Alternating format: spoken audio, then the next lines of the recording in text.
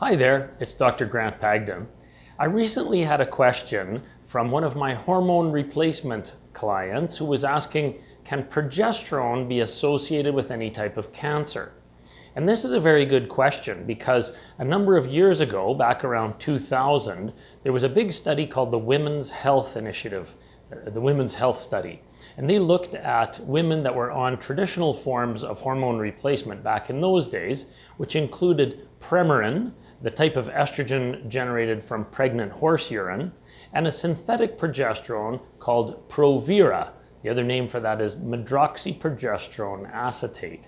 It was a synthetic kind of a progesterone that doesn't occur anywhere in nature. And yes, that particular kind of progesterone was associated with an increased risk of breast cancer.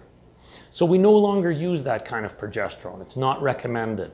Instead, what we use nowadays is a bioidentical form of progesterone. So it's identical to what's in your own body. And this particular kind of progesterone, micronized progesterone, is not associated with any increased cancer risk. So the good news is you could safely take the bioidentical form of progesterone.